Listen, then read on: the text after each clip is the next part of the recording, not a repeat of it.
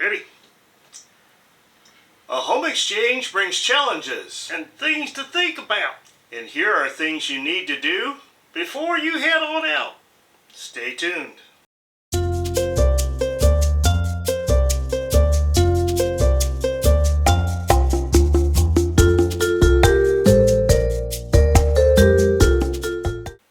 Welcome back to My Travel Window, where we help you go where you can while you can. Last time, I gave you 10 reasons to utilize home exchange as one of your ways to travel more and spend less. Today, my cousin Bobby Ray, Howdy. and I will give you 5 things that you should consider before you head out on this new experience.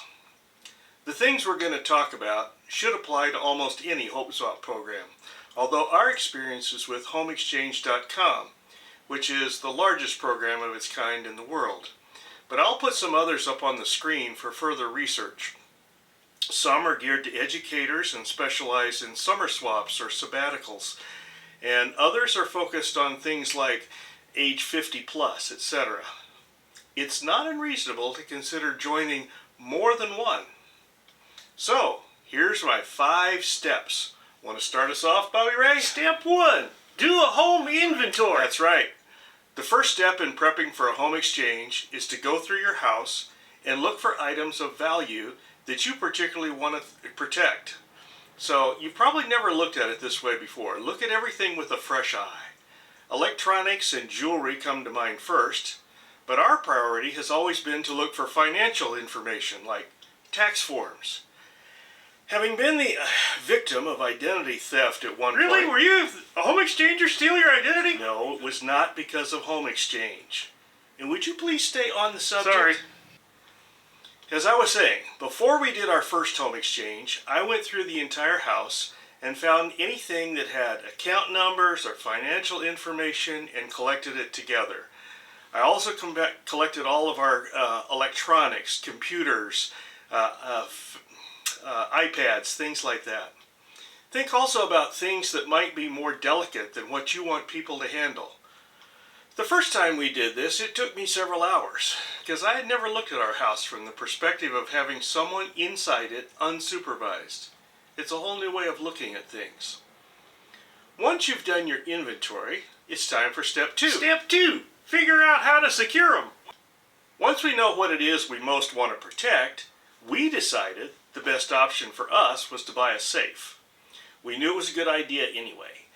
I decided to buy a larger gun safe, a safe that could accommodate rifles, because it gave me a large enough area that I could stack papers, computers, electronics, whatever I needed without having the time to separate out things. My goal was to have some place that I could put things quickly each time we left. Now, you don't have to do that. Perhaps you have a locking file cabinet, you have a room that you can lock and make off limits, maybe you have a storage unit, maybe you can leave it You with can store family. with me. No. Putting things in your barn is not what would make me comfortable, sorry. The point is that you want these things in whatever place would give you the most peace of mind. Once you have a plan for your things, move on to Step 3. Check out your exchange partner. half the battle is becoming comfortable with your exchange partner. Home Exchange has a review system where people give feedback following every exchange. Make sure you read all of the feedback regarding the person that you're going to exchange with, and you're satisfied that this guest represents somebody you're comfortable having staying in your house. We generally try to work with people who've done this before and have a track record. Do they have kids? Is your house a fit for what they have in mind?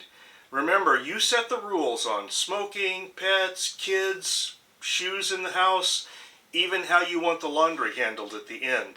Do you want them to leave sheets on the bed? Do you want them to push them in the washer? What do you want them to do? The fit extends just beyond trust with your house. In emails before one exchange, we discovered our European exchangers were looking forward to spending time touring national landmarks from our house. And they even mentioned going to New York one day, which is several thousand miles from us. Confused, we had to make sure they understood our house was in Washington State, not Washington, D.C. They were not aware of that, and they backed out when they discovered their geography mistake. More communication is better. I would guess by the time we do most exchanges, we've had at least a half a dozen interactions on our part with our guests, often more. Once you're comfortable with your partner, you can move on to Step 4, arrange a good handoff. when we went our home exchange in San Francisco. The agreement was that they would have the key to their condo hidden in a secret location near their front door. Well, the husband thought his wife hid the key. The wife thought he hid it. So imagine our dismay to arrive at the front door, 900 miles from home, and discover there's no key, and we were locked out. Fortunately, they had a maid with a backup key. Unfortunately, we had to wait for 2 hours for her to arrive with it. So you're saying the key to a good handoff is the key itself? Yeah, you could say that. Double check your plans for transferring the keys at both ends of the exchange. If possible, I would suggest that you make sure a friend or relative can serve as a backup if necessary. In addition to the key, remember that when they step inside your house, everything in your house is foreign to these people. So, take the time to make a welcome packet with instructions on how to work the TV, how to operate the coffee maker, how to connect to Wi-Fi, run the dishwasher, etc. And if you're a really good host, you'll leave a little welcome gift for the one arriving, like some wine or some snacks, or both. We like to add locations of nearby restaurants, grocery stores, some info about the sites, perhaps even with brochures.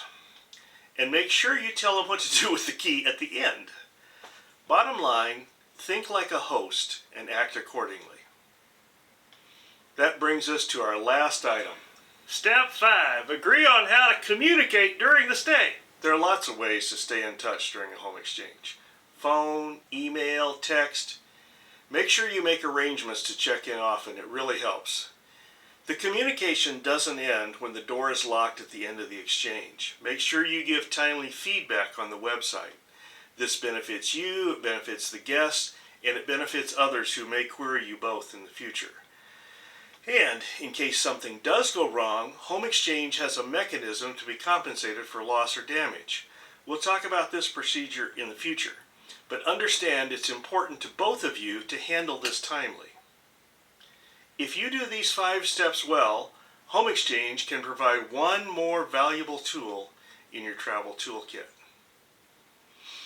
Next time, we'll delve into the history of Home Exchange and how to use their website. And you're going to talk about the identity theft? No, Bobby Ray, we're not going to talk about identity theft. You should.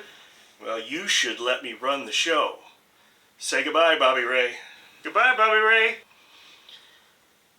Until next time, safe travels.